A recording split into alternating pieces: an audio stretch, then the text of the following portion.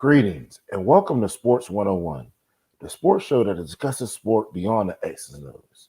Remember, here at Sports 101, we like to expand the conversation of sport to include history in the past, present, and always in the future. We look at sport from a people, places, and things perspective. I'm your host, Jamar Harp. Be sure to follow me at Coach_Harp412 on Twitter. Also, make sure you get social with Sports 101 and a variety of other shows on SportsZone Chicago, the only Black owned sports podcast network in its history on the internet. You can follow SportsZone Chicago on Twitter at SportsZoneCHI, on Facebook at SportsZone Chicago, and Instagram at SportsZone Chicago. Remember, SportsZone Chicago is a sports talk app. You can watch and listen to my show as well as all the other shows. Keep up with breaking news in sports, and if you missed anything, don't worry about it. You can watch via YouTube. Please log into our YouTube channel, Sports Zone Chicago. But more so importantly, please download the app. The app can be found in the iTunes, Google, and Amazon Play stores. Now I'd like to introduce this week's episode. Everyone talks about money now, but what really is money? So we're going to look at professional athletes who people see as the epitome of, money, especially in athletics, and how they deal with money and or cryptocurrency, which is an innovative currency system that's been around for some time and is taking hold. The gentleman that we're bringing on today is going to talk about how we can implement this in the communities of the African diaspora, meaning the African American and Afro Latino communities within the United States and globally. So we'll be looking at professional athletes and cryptocurrency. If you didn't know, what you think is money is not. That is called fiat money. Why? Because our money is not backed by gold anymore. The money really had value when it was backed by gold, i.e., the gold standard. Excuse me. However, when that was taken away, money became fiat, and it decreases in value as it's issued on a greater and greater frequency and floods the market. So now, what is cryptocurrency? You see a picture right here of one of the top cryptocurrencies of the time. This is Bitcoin, and a cryptocurrency is a digital asset designed to work as a medium of exchange. So basically, digital currency.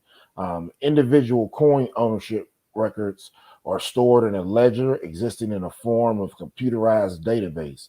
So every individual that owns a part of this currency will be stored in a ledger in a large supercomputer. Um, in cryptocurrency, secure transaction records to control the creation of additional coins and to verify the transfer of coin ownership. So again, if we want to go back over that, the transaction records are secured, meaning whoever buys and sells, that can't be corrupted. And why would that be important? Because you want to control the creation of additional coins. We just talked about with the fiat system now, the more money that floods in the market, i.e., stimulus checks or other things that happen without other measures, actually devalues that currency. Um, Obviously, cryptocurrency is typically used as a decentralized control as opposed to centralized digital currency and central banking systems. So basically, it's decentralized. So it's for the people or the owners of it. There's not one corporation like the IMF that can regulates money exchange, or one family behind it that bankrolls and oversees the IMF. So that's a difference between cryptocurrency and the fiat currency that's currently being circulated. When implemented with decentralized control, each cryptocurrency will work through distributed ledger technology, which is a blockchain. And a blockchain is just a public financial transaction database. So that's how another way to be record keeping will be had. Now let's talk about Bitcoin. Bitcoin was first released as an open source software in 2009, and the first decentralized cryptocurrency.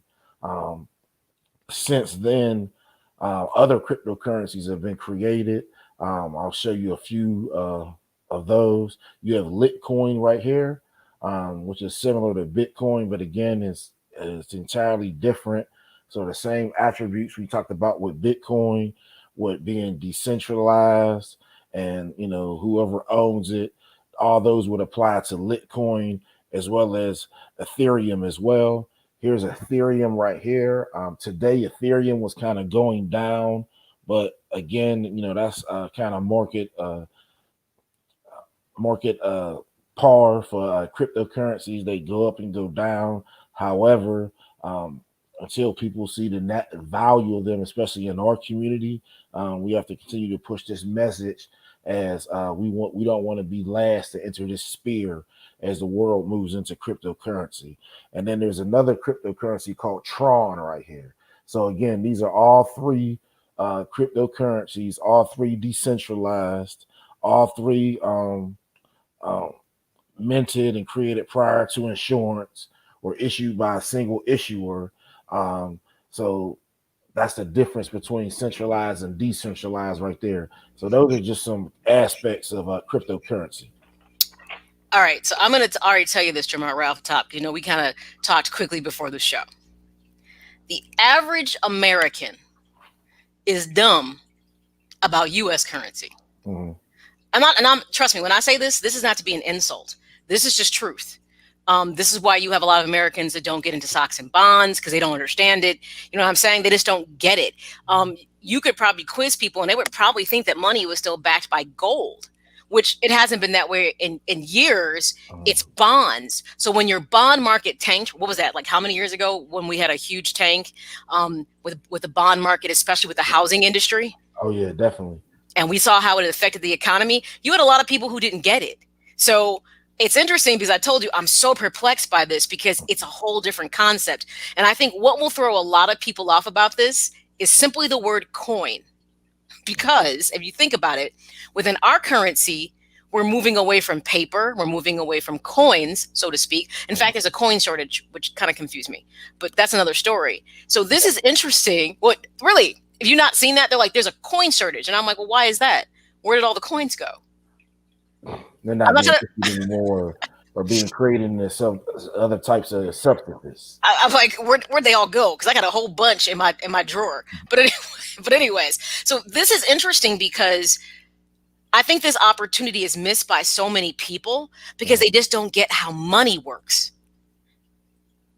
And I think Exactly. so when you explain like centralized, decentralized, you probably should say it again. Okay. Not to be funny, I'd say go through this one more time Okay. because I think for a lot of people this is such new information. Like Mhm. I was listening, I'm like, okay, go through it again because then we can kind of set the table because this is really new information, but Okay. very exciting information for people to kind of opportunities that could be there for you in 2021. Okay, no problem. So basically, what we're talking about is a paradigm shift in the way we look at currency.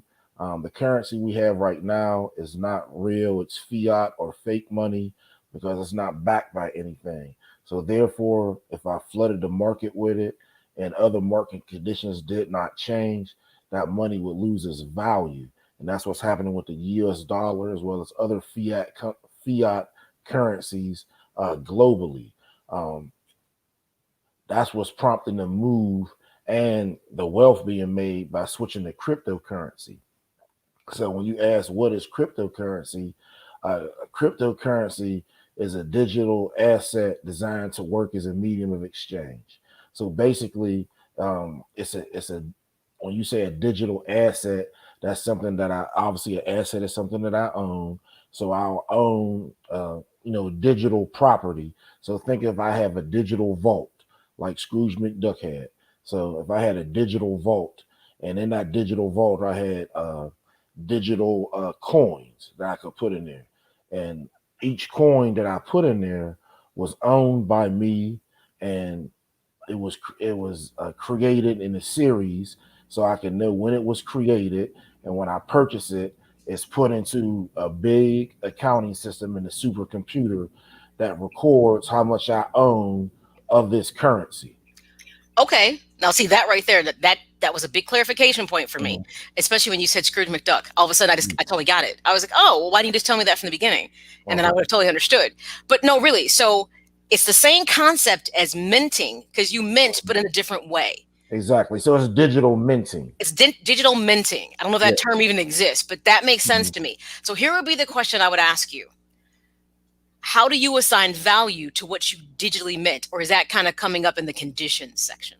Well, the value is assigned by the ownership of it. So again, when it was released as a cryptocurrency and a lot of people weren't using it, the value was low. Now the value is $30,000 for one share because of the popularity of it and the functionality, what it's going towards. So having an ownership stake into it now, obviously, would cost more. So it's just like anything else.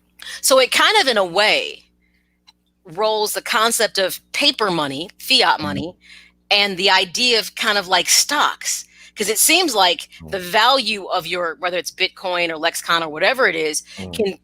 can it be affected by market value, so to speak? Well, no, it's affected by the ownership. Remember, it's decentralized. Centralized. Okay. So not like a stock, which is owned by a corporation. This is owned by the individual. Okay. So if I had $60,000, I could have 2 shares of Bitcoin right now. Now those 2 shares would grow in value as more people buy, because it would go up. But it's Um, not owned by one centralized, autonomized authority. It's owned, by the ownership group or the people that buy it individually. Now that just okay, see that just cleared up a lot for me. So why this now makes sense, why it could be a good thing, is Mhm. because it sounds like you'll never lose your initial value. Exactly. So the more people who get involved, you can increase in value, but you'll never lose what you initially invested. And then there can't be a flood of electronic coins, just like Huh? with fiat money. So to devalue what you already purchased. So like where they can go and like split stocks to sell more off, Mhm. that kind of it can never happen. Yeah. So now this makes sense to me why Mhm. this could be something that could be really good because you'll never lose your initial investment is what it sounds Mhm. like. Okay, Mhm. there you go. Now, if we look at now moving forward, we can look at there are certain conditions of cryptocurrency. And I would like to describe these as the 6 conditions of cryptocurrency. And basically, we want to overlap some of the things that were already stated. So the first one is the system or cryptocurrency does not require a central authority. So there's no International Monetary Fund, there's no Rothschild family or anyone behind this centralized authority, which is controlling banking, which gets in other parts of history, but that's a different show. Um, its state is maintained through distributed consensus. So that's kind of what I was just talking about. So if that distributed consensus increases, then the cost or value increases of the currency. And the second condition of tenant would be the system keeps an overview of cryptocurrency units and their ownership. What does this do? This helps from flooding the market of cryptocurrencies trying to devalue what you have. So you can only own what was created. There's never going to be one country that says um, I'm going to print more crypto in this country versus over here is only one ownership. The third one would be the system defines whether new cryptocurrency units can be created. If new cryptocurrency units can be created, the system defines the circumstances of their origin and how to determine the ownership of these units. Again, that helps from the market being flooded and devaluing, what you've already purchased. So 2 and 3 kind of make me think about when you travel abroad, you always Mhm, have to say, okay, you have the US dollar, which would be obviously our currency, and mhm, then you go in and you will exchange it over, let's say if you're in France for, for francs or for pesos or Mexico. And depending upon where your economy is, for instance, you may get more for the American dollar Mm. with the peso, and that's how it's been for a long time, Mhm. versus what you would get for, let's say, with a ruble or a franc or whatever. So Yeah. what you're saying with cryptocurrency, it's even. The Yeah. value is always the same no matter where you are. Mhm. Is that So right? like exactly. So it's not going to be if it's like now with the fiat money, certain countries within the IMF a spectrum Mm-hmm. or flood the market at certain times of the year, i.e., the Christmas holiday season, Mm-hmm. stimulus checks, etc. So the money is put back in, trying to generate, other things. Okay. Because again, the money's not backed by anything. So by flooding it, actually devalues that money globally. So that's Mm. why when you go to exchange it, sometimes a dollar to another currency can be even. It can be 90 cents to that currency, etc. Okay. I'm getting this now. All Okay. right. Okay. All right, so now we want to talk about ownership of cryptocurrency. Again, there's multiple cryptocurrencies you can purchase. Again, we want our people to get into this, and we don't want to be last in this electronic playground. So, ownership of cryptocurrency units can be approved exclusively cryptographically. And what cryptographically means, that's just a study of techniques to secure communication in the presence of like adversaries. So basically, I can get all this electronically um, when I purchased, what I purchased, and it's stored there. So I don't have to worry about creating my own ledger. It'll always be there. The fifth tenet would be the system allows transactions to be performed in which ownership of the cryptographic units is changed. A transaction statement can only be issued by an entity proving the current ownership of these units. So that alleviates any middlemen or crypto agents per se, uh, you know, crypto, sharks or gurus, insider crypto trading, no trade in places situations about the oranges in Florida and the frost. That all that's going to be cut out. And then the sixth and final tenet would be if two different instructions for changing the ownership of the same cryptographic unit are simultaneously entered, the system performs at most one of them. So if two people try to buy the same cryptographic unit, the system won't even let you do that. It's going to pick one buyer, and then the other person is just kind of SOL. So now we want to talk about why do we want you to use cryptocurrency, and I guess it's a benefits. So why should we use cryptocurrency? So crypto is controlled by owners. So cash or fiat money is controlled by banks. So what does this mean? You control the inflation of it. So that's kind of what we've been talking about the whole time. So if crypto is controlled by its owners, then that ownership group is going to control the inflation. So once it inflates, the owners' pockets will inflate. Henceforth, how people are getting rich off of cryptocurrency. There's also an ease in online shopping as more and more formats are moving to cryptocurrency. Um, you can anticipate benefits for using crypto, cheaper prices per se on goods and services, secured using the variety of cryptocurrencies out. Um, is global and is less volatile than cash. So with me and my sensei Maya, who is our producer here, she's guided me through my SportsZone Chicago journey. So let's shout out to Maya. Um, we were talking about exchange rate, so it's less volatile than cash. So it's global. So it's going to be the same wherever you're at. You cannot flood the market when untracked cryptocurrency like cash. Any crypto is purchased. Again, there's a ledger and let's say a large supercomputer that tracks it, and there's no funny business. If you look at global investing, how the world is becoming a global marketplace, cryptocurrency is a great way to do that. There's no conversion, and that makes it kind of on par with gold. Um, you can exchange cryptocurrency peer to peer via internet with no intermediary. So if Maya had cryptocurrency, I can buy from her. She can buy from me, and we're just transferring ownership from owner to owner with no third parties.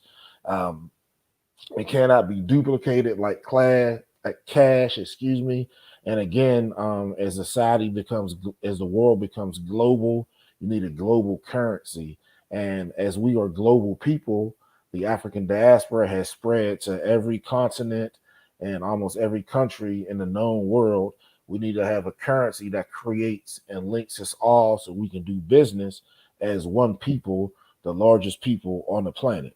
For example, and this is a quick fun fact right here. There's a German bank called Dush, and it's one of the world's leading financial service companies. And they have predicted that cryptocurrency can replace cash entirely by 2030 due to the fragility of the current, fiat system. I don't know how it is in other places, but I live in, North Carolina right now, outside of the Charlotte, North Carolina area.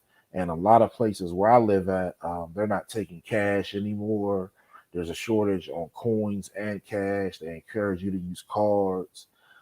There's a discount if you do use a card, and I can see that going on with cryptocurrency. So again, my people, we need to jump on board and take heed of this and kind of start to look and research cryptocurrency and educate ourselves. Then once we become more familiar, I think we'll have our ease. I remember when debit cards came out, and my mom, she used to always like to go in the bank and write checks, and she didn't want to go to the teller. But eventually, as the checks dissipated, you had to go to the teller and type your PIN number in, and what we now think is common. I can see this eventually happening. Now, I don't think in this country we can get there by 2030. I think you'll have a portion of demographics that will be there because you kind of I'm seeing more and more people getting involved, and they're trying to get more people involved. But I just think as a nation, I mean, for God's sakes, we still have people who don't have checking accounts, who still use the currency exchange. So there's always going to be that cross section of within culture that's going to make this complicated because everybody's not on the same level. So it'll be interesting. I could see, here's the thing. If you tell me you can get Germany there, that makes sense to me because I've been to Germany, and it's a far more manageable country. I believe, like I told you when I was in Singapore, how they're probably already doing it. I think it's based on country, culture, and population size. When I mean culture, I mean that financial sense of culture. Mm-hmm. I think for us, we can't get there at 2030, but I could see if Germany says this is the way we're going, thinking outside the whole EU thing, then I think it's possible because there's a certain amount of autonomy that they have. But I think for us as a country, it's a little bit more complicated, so to speak.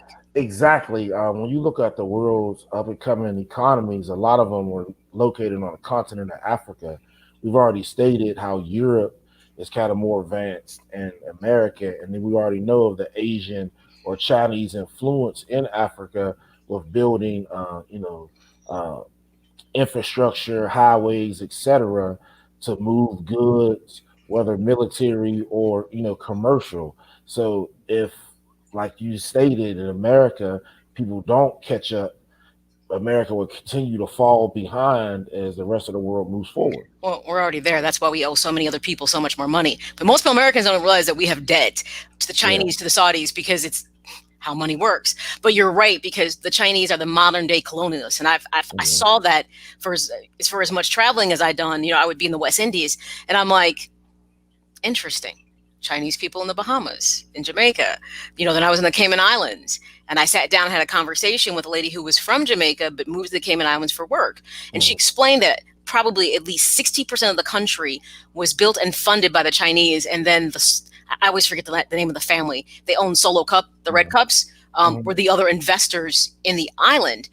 When the U.S. left Panama, pretty much the Chinese stepped in.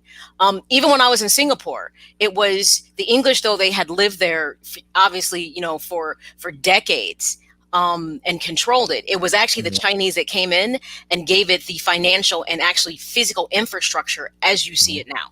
So it's kind of like interesting that they're the modern day colonialists. So to me, it makes sense that those countries will always be a bit ahead of the curve, so to speak. And exactly, and we bring this up. I bring it up slightly a little later, but when you look at Muammar Gaddafi, what he was going to do with the gold dinar in Africa, if every country would have accepted that on the continent would have been, the richest in the world overnight with that currency, which was backed by gold. So if the Chinese decided, hey, we're just going to only deal in cryptocurrency, nothing else, and with this building they're doing, or this neo-colonialism through giving and philanthropy, they would be in a place which would be, a very high seat. Absolutely. So I'll be curious. Talk a bit about, because I know our guest is in the green room right now. But I Okay. wanted, this is key, because this whole episode is about pro athletes and crypto. Mhm. So this is interesting how they see the opportunity. So tell us a bit about that. All right, so great, great segue, Maya. So again, we got a great, expert coming on to, help me further explain. I saw his teaching on one of my teammates' show. Um, Shout out Rich Rogers, his podcast, Fly Life. He gives expert advice in regards to our relationships, finances, and just overall trying to be, above a level that is the norm, aspiring to be something different, not being ashamed of it, being excited of your achievements academically, athletically, and on the entrepreneur field. So shout out to Rich Rogers and Fly Life. Check him out on Facebook, Richard Rogers. Let's talk about pro athletes and crypto. So again, the reason I want to use pro athletes is in our community in particular, sometimes we value the pro athlete more than the doctor and the lawyer, etc. So I want to give you examples of pro athletes that are going into crypto. So hopefully, since you buy their shoes and mimic other things they do, you will mimic these crypto purchases. So again, pro athletes, they derive their income from sponsorships, endorsements, and from competition. Oftentimes, these competitions cause you to be taxed in so many different ways. For example, in the NFL, when you play in different cities, your pay is affected each week because the tax structure in each state is different. So sometimes if you play a game overseas, since you're working overseas, you get taxed, by those people, and then you get double taxed in the United States. So there's a lot of situations that go on with that. Also, there's an increasing number of pro athletes that turn their attention toward cryptocurrencies and investments in regards to as having an opportunity to own something. Excuse me. Remember, the pro athlete is very savvy, especially the modern day African American athlete. So not only are they looking at things that on a social justice issue, but they're also looking at ownership and promoting their brand. Um, this is a reason athletes turn to cryptocurrency. It's a means of making their own money work for them. Russell Okung, who is pictured right here, um, he is a football player for the Carolina Panthers. In December, he got almost half of his $13 million salary in Bitcoin. So he got about $7 million in Bitcoin. He Okung using a startup, he did this that it converted his payroll direct deposits directly into cryptocurrency. Um, and that came as Bitcoin and shattered new prices. Like I said, it's about $30,000 a share right now. And the possibility to leverage generational wealth from this, from owning a portion of his salary converted to Bitcoin, is doing wonders for him. Let's take a quick break right now. Get back with us. When we come back, we're going to have a crypto expert to come on. Again, not only he's a crypto expert, this is a true modern man of leisure.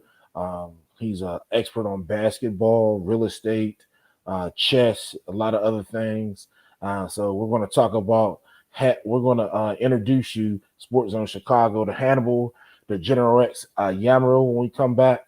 So please stay tuned. Sports Zone Chicago, Sports 101 family, Fly Life family. When we come back from our break, We'll meet Hannibal, the General X Yamro, and he's going to further help me explain cryptocurrency. So please take a break and we'll be right back.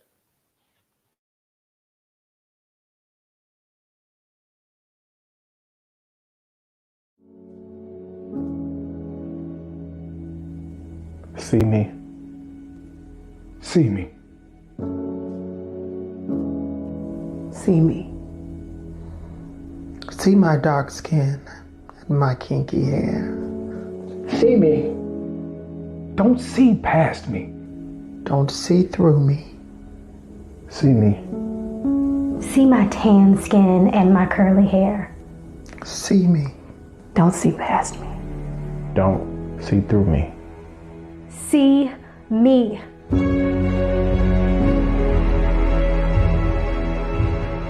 See my face, wet with tears from years of oppression. See my hands, weathered and worn from decades of pulling myself up through your society. See my feet split from centuries of walking your delicate line. See me.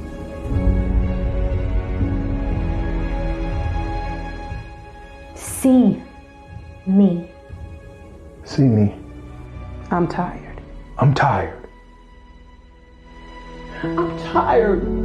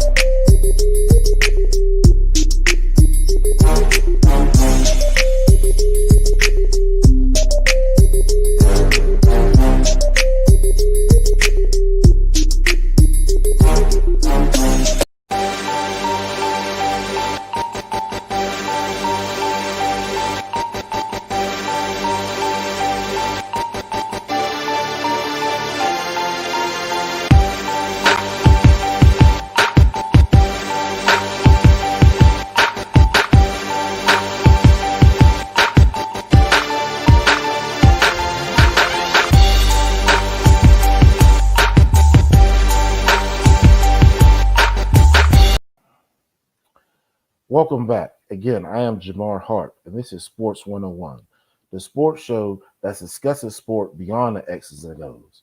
Again, we like to look at sport and the game from a people, places, and things perspective. Taking a look at sport through the lens of history, we can examine sport in the past, present, and things that are coming up in the future. Again, please make sure you get social with Sports 101 and the litany of other shows on Sports Zone Chicago by following us on social media. You can find Sports Zone Chicago on Twitter at Sports Zone CHI, Facebook at Sports Zone Chicago, and Instagram at Sports Zone Chicago. Remember, please subscribe to the YouTube channel, search Sports Zone Chicago, but most importantly, download the Sports Zone Chicago app. You download the app, you can see my show, the Smoke Fellas, Sean Amaya in the morning. You can see all of Ivan shows and productions.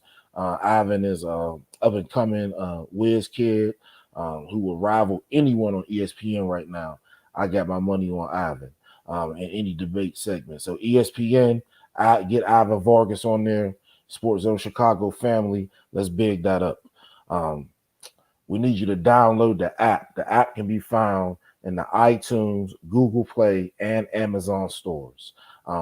Now I want to feature our guest this evening.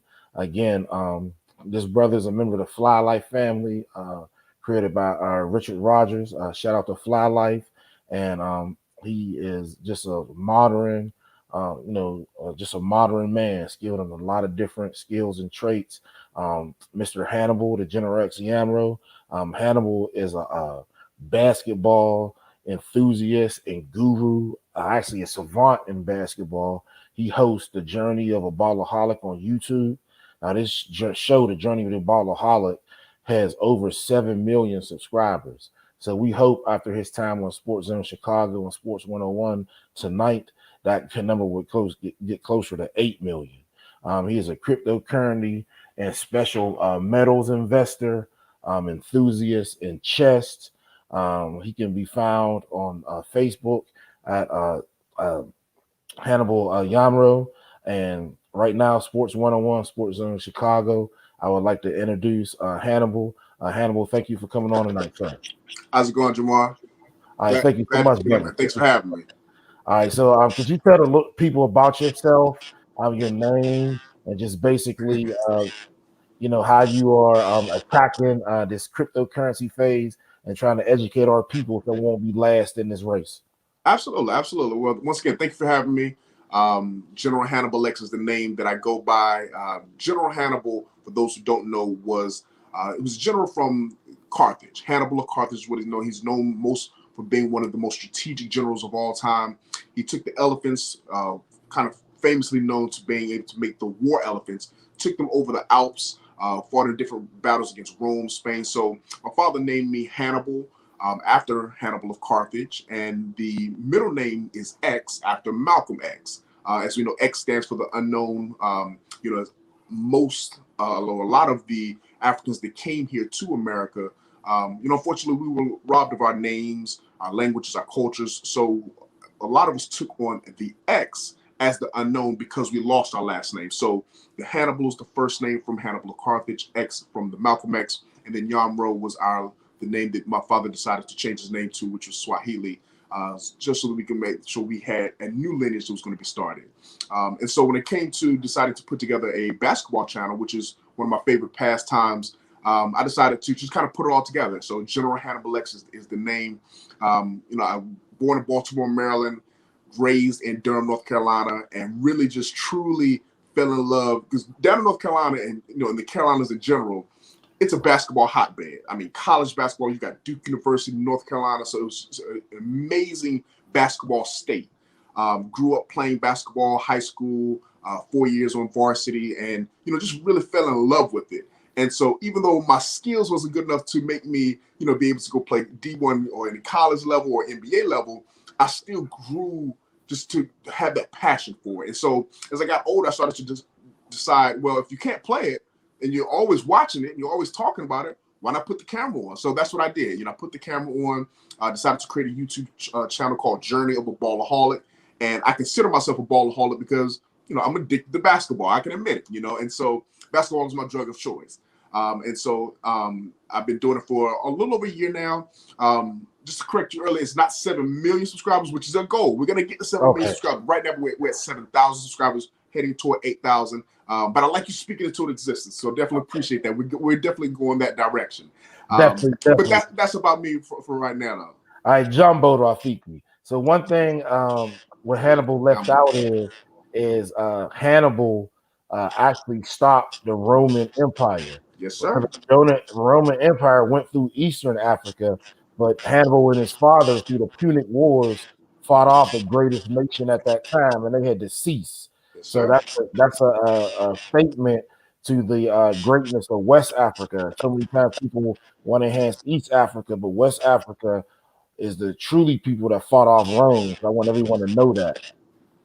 Well said. Well said.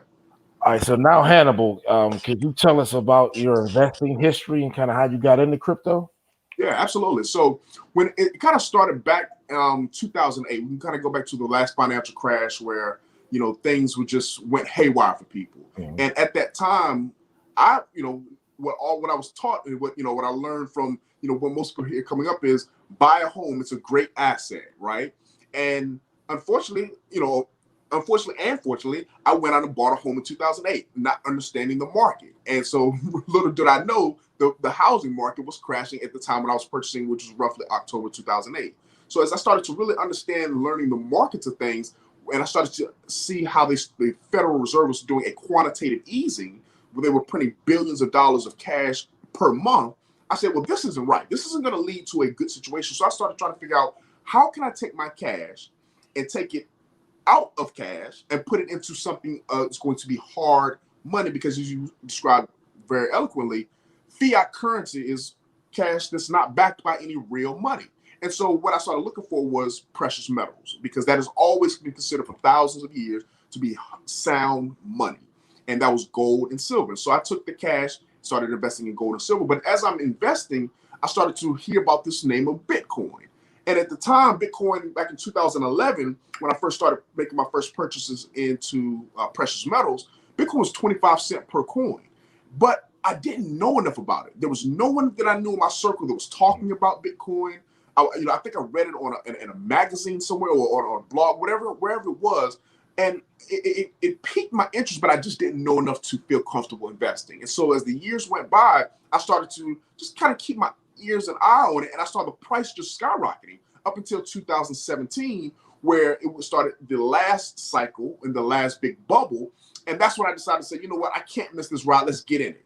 Little did I really understand that I was actually getting in once again at the end of a cycle. And as anybody who knows about the Bitcoin cycles, at the end of 2017 was a big crash as 2018 came on. So what I decided to do was say, well, listen, I'm not going to sell. The prices dropped from almost a little over 19,000, and over the course of 2018 dropped to as low as the $3,000 range. So I decided to say, well, I can't lose money if I don't sell. So I'm just going to ride this thing out. If it came up this high, and that's what I've been doing ever since. But while my money was sitting there, I decided to say, let me really enamor myself and just immerse myself in learning about this market, learning about this asset and the cycles of it, because it seemed to be secular. And so from doing that, that's where we are now. And in 2021, like I said, the show that you're putting on is an amazing show for many people who need to get this concept, because this truly is a once in a lifetime opportunity, which we'll get into.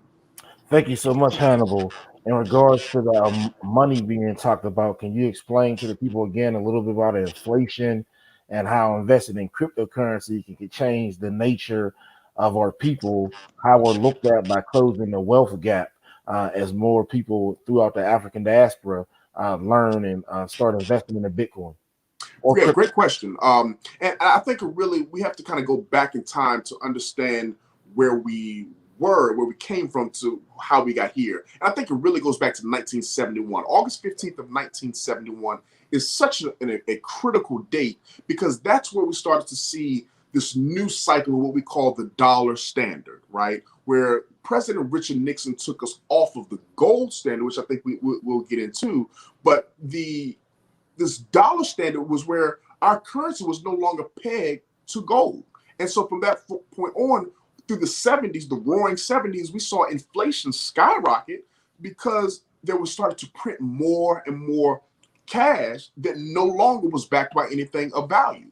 So the great analogy I always put to kind of get people to understand this is that if you have clothes that you're going to take to the dry cleaners, what you do is you take your clothes to the dry cleaners, these are your valuables, and you take it to them and they're going to give you a claim receipt for your valuables.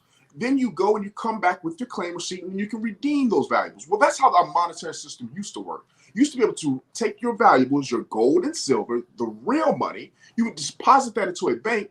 They would give you a claim receipt, which we call gold or silver certificates, and you would be able to then carry those dollars in your pocket as you were able to do and buy and transact in an economy. As of 1971, that no longer existed. And so from then, we've seen the government just continue to print more and more cash, and that's where the inflation goes. And as people understand what inflation truly is, it's where the monetary supply is increasing and the velocity of those extra dollars are picking up as well. Thank you so much. So well spoken. So talking about the gold standard, can you just kind of briefly peruse over that? Right. And kind of go in and if you can bring in, I know I referenced Gaddafi and the dinar earlier, but if that's kind of relates to the gold standard, and that was something that would have revolutionized our continent overnight. Absolutely. Yeah. Let's go back once again. If we're going to go back to 71, we got to go back even further than that. And we can go back to 1913. That's where the Federal Reserve was created, enacted. And at that time, gold, which once again, for thousands of years has been considered money, gold at that time was 1 ounce of gold was worth $20.65. And at that time, the world reserve currency was the British pound, the sterling. And the sterling was the world reserve currency, but their currency was backed by gold. And so when the Federal Reserve was created in 1913, our currency had to be tied to that 1 ounce gold, $20.65 per ounce. However, when we started moving forward and we were in the war, or the World War I, World War II, what we started to see is that America started to become a world power, because as these countries are fighting, they were sending us their gold as we were sending our goods with all the industrial age that was going on, all of our goods to help other countries fight this war.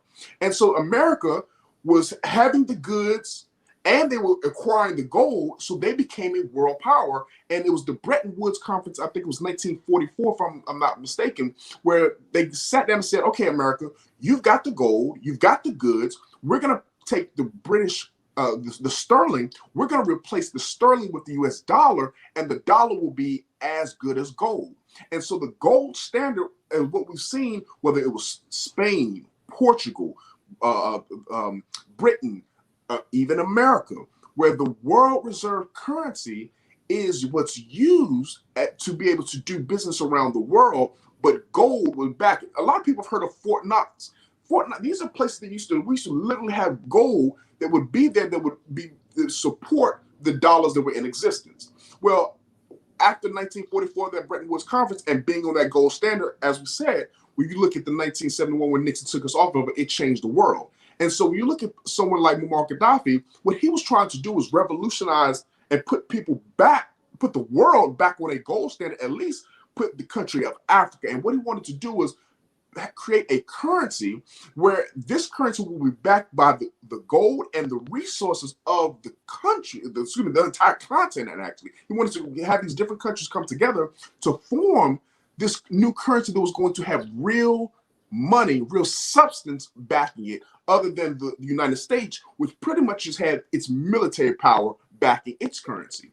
And so that was a situation in which, in my opinion, I believe that Muammar Gaddafi, unfortunately, was assassinated because he was trying to revolutionize the world and put us back on a sound monetary policy. And unfortunately, that's not to the benefit of America. And so now we're in a situation now where we are no longer on a gold standard, we're on a dollar standard, and we're in a debt cycle that's actually coming to an end. And this is why Bitcoin and cryptocurrency is so important.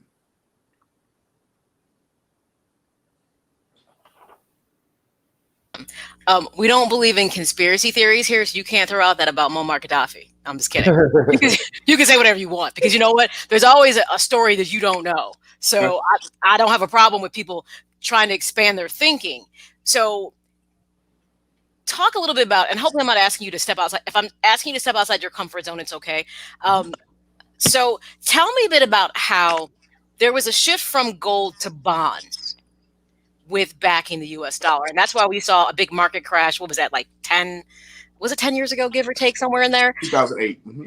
So talk a bit about, because if you ask the average person, if you were to survey them, they would tell you they think the US dollar is still backed by gold, because they don't know. Yeah, they don't know. They don't know what right now backs the US dollar, nor do people know the debt that we actually have to other countries. Yeah. Can you talk a bit about that? And then I want to put a secondary question in there, because this is something new for me, and I'm always trying to learn about this because it keeps coming up. And I'm like, is this something I should be thinking about when I'm planning for retirement?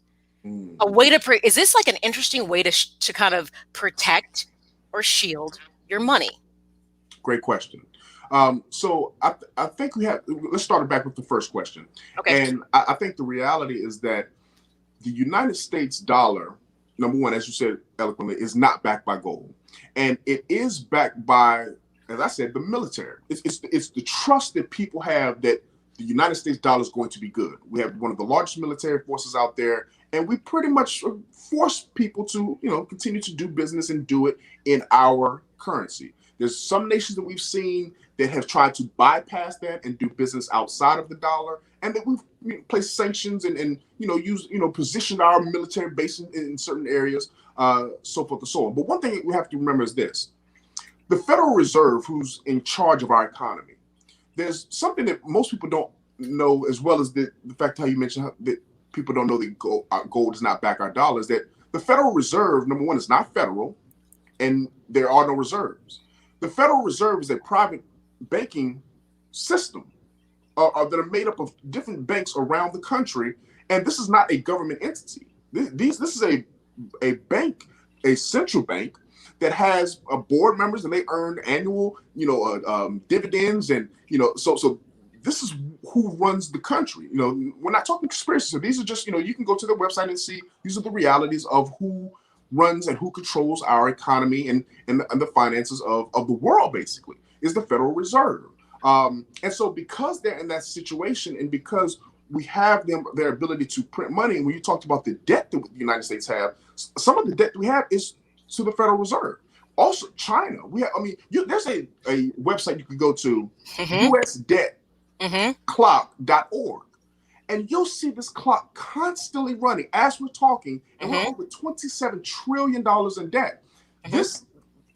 I had a conversation with a brother, really good brother, and when I talked about how this new stimulus packages they're literally printing this cash out of nowhere, his comment was, "Oh no, this money is what they've collected from past taxes."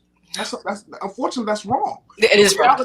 And the chairman, Jerome Powell, chairman of the Federal Reserve, has come out on CNN or done interviews and said, yes, we print it, we create it out of nowhere, and we have an endless supply to do so, and they're going to continue to do so. So when you look at, and you talked about the bond market, when you look at the interest rates, where right now the government has decided, or should I say the Federal Reserve has decided, they're going to they believe they can control the economy by lowering interest rates. We're at a record low of almost zero, we're at 0.25% interest rates. So what they're trying to do is trying to stimulate the economy by getting people to take out loans, to want to borrow, to continue in this debt-based cycle, because that's how the wealth inequality gap works. Wealth inequality gap in this new modern cycle works like this. They're going to print cash religiously. Yes. Those who take the cash and invest it in assets become wealthy. Those who take the cash and spend it and or save it become poor. Yes. So that's the wealth inequality gap, is the not understanding that there was a time prior to 1971 where if you saved your cash, you could be good. You could one man, one woman could work, could earn, could save, could buy a home. You could buy a car and still live comfortably off of maybe definitely one salary. But you don't necessarily need to. But when inflation kicked in, when we detached from the gold standard, now we put ourselves in a position where the cost of living rise so much because that's inflation. When you print that extra excess cash, it has to go somewhere. And the Federal Reserve, they like to consider inflation the CPI index, the consumer price index. That's a terrible way to look at inflation, and they want to have a 2% inflation. But the true way, if you're going to look at inflation, is look at where the cash that you're printing is actually going. They don't actually factor in assets. They may factor in televisions. They say, oh, the cost of television may have gone down. But if you factor in food, gas, everything, and real estate, the bond market, the derivatives market, they're not factoring that in. Inflation, really, the true inflation is about 15 to 20% inflation, which is a lot higher than the 2% they advertise. So that's why the wealth inequality gap is growing so large. I'll tell you, if you're an everyday mere mortal, or you can see inflation, how it happened in 2020. If you notice when all of a sudden restaurants reopened and you bought something and you said, why is that so expensive? Because food was a huge inflation point. Because of the pandemic. I mean, even at McDonald's, you went, whoa, how I just got a Happy Meal. How did that just turn into like $10? Right. So that point is so key. But I always say, when they removed economics from schools, but now it's kind of making its way back in. But you took a good 20 years and made people real stupid about money.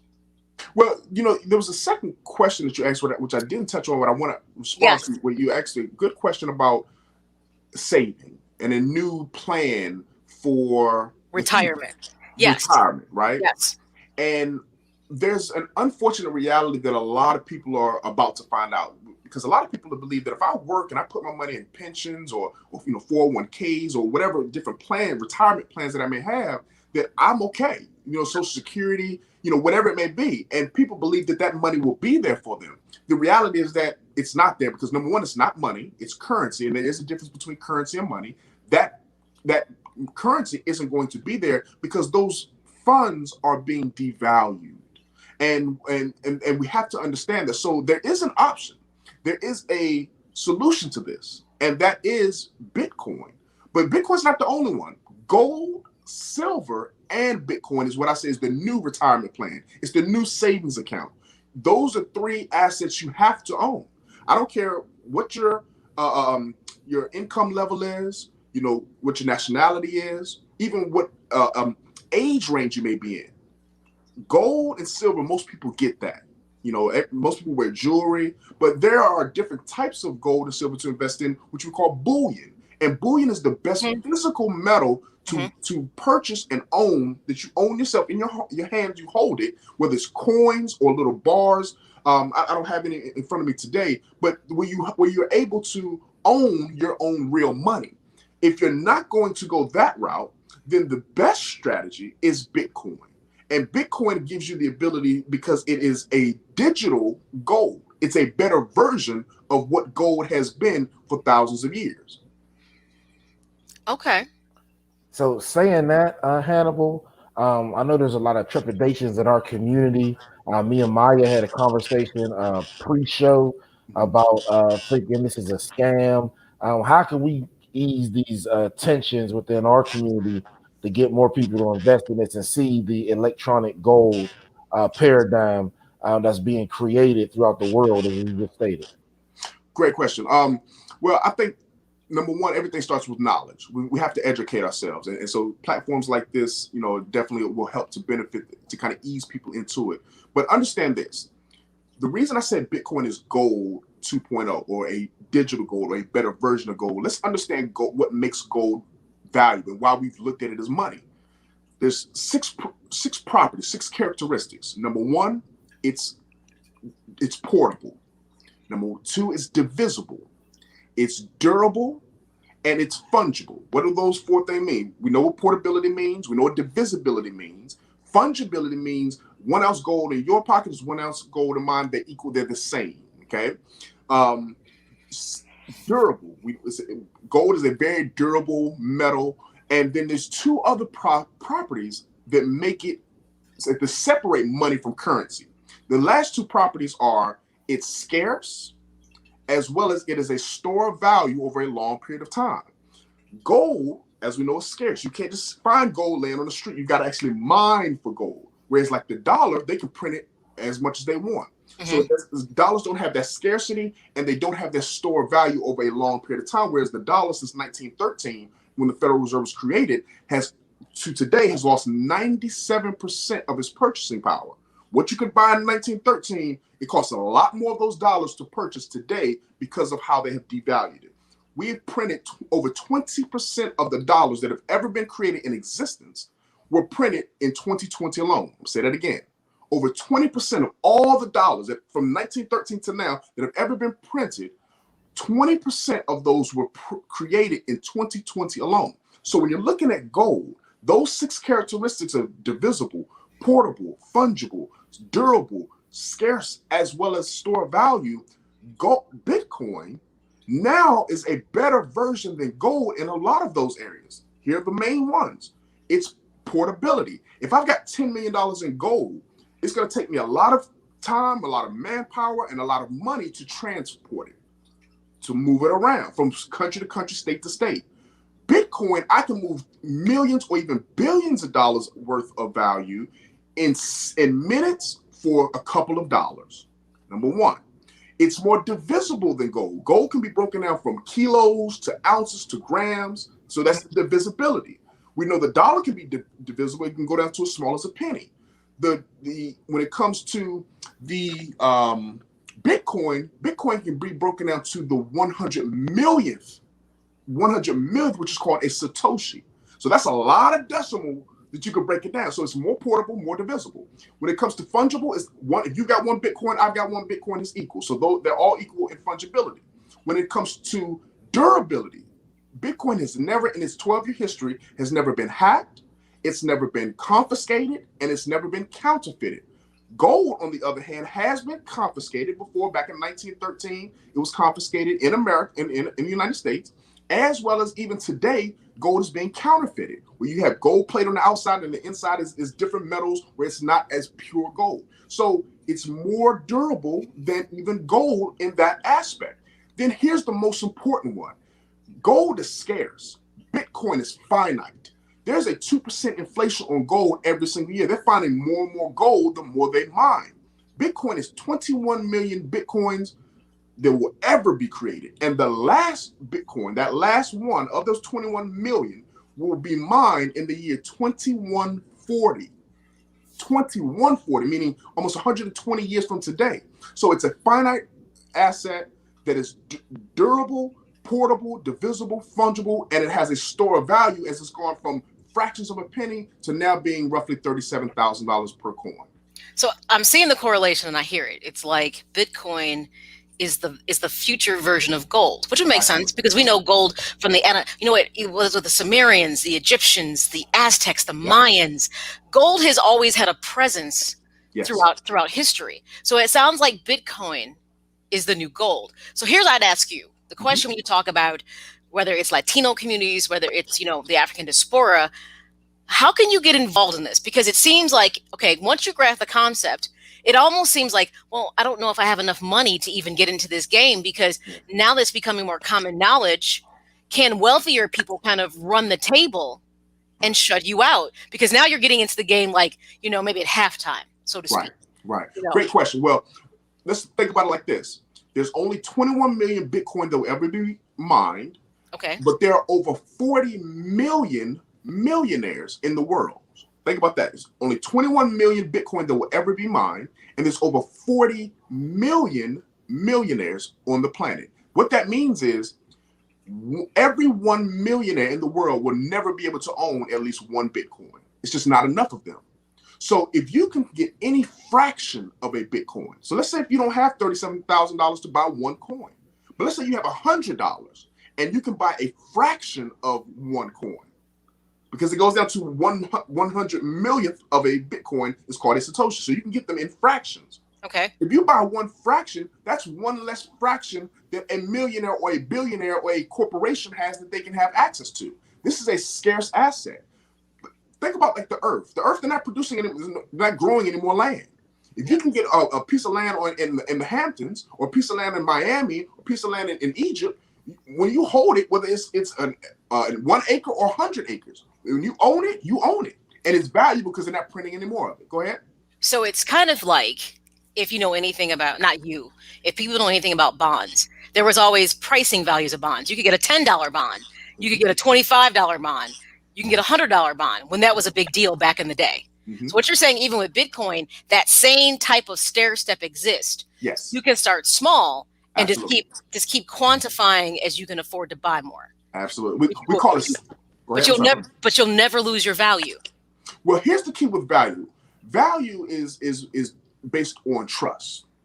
Okay, this is the value proposition for Bitcoin. It's just like this.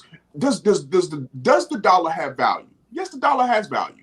Right. It's not backed by any real money, but it has value because we trust that if I work for it, you're going to give it to me, and I can then use it, and someone else will take it, and I can buy the things that I need. So there is a trust factor in the dollar. It's the same with Bitcoin. There is a network of people around the world that trust that this right here has value. Look at Venezuela, for instance. Venezuela is going through hyperinflation currently. They understand their currency has been devalued so much they don't even want to use it. A lot of Venezuelans are turning to Bitcoin because it's storing their value. See, what currency or money is supposed to do is supposed to store our value, right? So if I go to work 8 hours a day, 40 hours a week, 60 hours a week, I'm putting my life, my time, my energy into this, and my reward is the dollar. So I'm storing my value when I save it in dollars. However, with the dollar being devalued, we're not just devaluing the currency, we're devaluing our time, which is ultimately devaluing our life because it's losing value. So what Bitcoin gives us the opportunity to do is to put our time, our monetary energy, into something that is going to increase in value and not just decrease. Bitcoin has had an annual average rate of 200%. It's been appreciating year over year averaged out to be 200%. It's the greatest performing asset of all time. That's including bonds, stocks, real estate, gold, oil, you name it. And so Bitcoin at today's price is 37,000. Let's just go back a year ago. Go back to March when the whole economy crashed from this whole COVID situation. Bitcoin was roughly in the $3,000 to $4,000 range per coin. So had you purchased then and held it to today, you're up almost 11, 12-fold. There's no other asset class that's really give you that kind of returns. So to answer your question about can the value go down, the value goes down as the people either believe in it or lose trust. That's why it's volatile, because the prices do go up and down. That's when the prices drops, that's people losing trust in it and they're selling it off. When more people are buying it, the price is going up. So what we're saying is that the demand, and why we call it a store of value, is there's more demand coming in, but the supply is decreasing every single day. So as we learned in school, as the supply decreases and demand increases, the price has to go up. So yes, you're correct. The value over a long period of time is trending upward, even though you have those up and down volatility from day to day. Okay. All right, thank you so much. So our last question and closing out. After this question, Hannibal, you can close out however you want. I want to thank you so much for your time, excuse me. Remember, people, in our lifetime, Bitcoin is the retirement plan, is the currency. So let's jump onto that. I briefly stated that a lot of the up and coming tech currencies in the world are located on the continent of Africa. Can you briefly go into how cryptocurrency can change the continent? I know Akon is talking about using cryptocurrency exclusively within his city that he's building in Senegal, and just let the people know the benefits of cryptocurrency and how it's changing the mother continent. Absolutely. I commend Akon for what he's doing, and his cryptocurrency is called Acoin. And what it's going to do is be a medium to be able to exchange in many different currencies. So for instance, as you said, in Africa, in a lot of different countries, Senegal where he's at, there are a lot of people, the currency that they use are cell phone minutes. A lot of people don't know that. But people can take cell phone minutes to go to the market and purchase things. So what his currency, which is called Acoin, which is being built on the Stellar Lumens network, what they're doing is they're saying whether you have cell phone minutes, we'll accept that. If you got the French currency, you got euros, you got dollars, whether you have yen, whatever your currency is, you can exchange it for our Acoin, and you can also go into it with any currency and go out into any other currency. So that allows a lot of people who over there that don't have banks, they're using cell phone minutes to store their monetary value. They can now put it into something that will get them in and out of other currencies a lot quicker and a lot more efficiently. Bitcoin has that same possibility and principle that can be used on not just a continent level, but just on a global level, where you can do the same to be able to store your value. And this is where the concept of Bitcoin is so important to not just the country of Africa, but to our people here in America and all over the earth, is that we have the ability to now unbank ourselves and become our own bank. Whereas the central bankers has ruled the world and they continue to rule the monetary policy, but Bitcoin, it eliminates the middleman. It eliminates the need for the central bank. Where if me and you can have a interaction or a transaction that's trustless, I don't have to trust a bank or an entity in between us to hold or store or transfer our money. If I want to purchase something from you, I can send you Bitcoin, you can send me the product, and we can have a trustless transaction. And so that's the opportunity that Bitcoin, cryptocurrency, and blockchain technology has and is going to revolutionize the entire world. So I implore everyone to continue to learn about it, continue to just immerse yourself in the content, learn as much about the technology so that you'll feel more comfortable slowly investing your currency into real money. But what I also implore people to do is get started, because there is a limited supply of Bitcoin. So you don't want to miss this opportunity, because the large institutions, they're getting in, and they're coming in with hundreds of millions of dollars and billions of dollars, and we're just starting. Even though Bitcoin is at 37,000, that may seem like that's a lot of money. Understand, we haven't even seen the beginning of where this thing is going. I have a projection, and I have some free content that I'm giving out to people. Anyone who would be interested in getting some more free information on that can feel free to inbox me through Facebook. We also have a website, www.beyondrichenterprises.com, where we're giving out a lot of free educational information, trying to inform people. But just as a price prediction, all the research that I've done and all the experts have been saying Bitcoin is going to be over $200,000 by the end of this year in 2021. So how is $37,000? It's not as high when you think about hundreds of thousands or even millions of dollars that each Bitcoin will be worth over the next 5 to 10 years. So I implore everybody, I understand it's a lot of information. Start from the beginning. Like I said, that's why we're trying to give beginner's guide to people to kind of ease them into this new asset class. But this is a new asset class. So this is an amazing opportunity, because we missed the industrial age. You may have missed the .com era, but this right here is a new era where you are in the beginning phase, because you're coming in at the same time that the institutional money is coming in. Well said, Brother Hannibal. So again, thank you so much for your time. You can get his information on Get Rich. As you say, can you please tell us where we can get your information again? Yes. So the website is www.beyondrichenterprises with an S at the end, beyondrichenterprises.com. Put your email address in there. You'll be able to sign up to get our free information, where we send out video guides, we send out all different types of information. And we also have a guide to actually not just give you information about the space, but literally a guide, step-by-step guide on how to actually start investing into Bitcoin, which really is a step-by-step process. So it kind of takes a lot of the troubles and the learning curve away from people. So I tell everybody, www.beyondrichenterprises.com. Go there, put your email address in, and let's get you caught up. Let's get you off the sideline and into the game. Great segue. Again, Hannibal Yamro, please check him out. The Journey of a Ballaholic. We want to get that show to 1 million viewers. Yes. Eventually 7 million, because it's going to go global.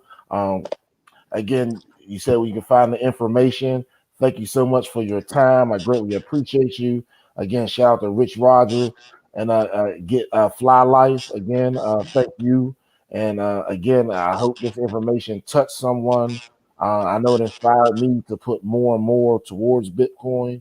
And again, remember, Egypt wasn't built in a day, gentlemen. So piece by piece, your ownership stock will increase. Thank you so much for having me, man. You have a great night, Jamar. All right, thank you, Hannibal. Again, everyone, that's Hannibal Yamro right there. Great guy. Please check him out. Thank you for tuning in this week to Sports 101 with me, Jamar Harp. Be sure to follow me on Twitter at Coach_Harp412, and make sure you get social with Sports 101 and all the shows on SportsZone Chicago. We can be found on Twitter at SportsZone CHI, Facebook at SportsZone Chicago, and Instagram at SportsZone Chicago. Subscribe to the YouTube channel, search SportsZone Chicago, but most importantly, download the app. Remember, the app can be found in the iTunes, Google Play, and Amazon stores. Thank you for your time. I hope you learned something this week. I want to see everyone get in Bitcoin. I want to see everyone on Journey of a Ballaholic. Thank you so much. Have a blessed rest of your week, and we will see you next week.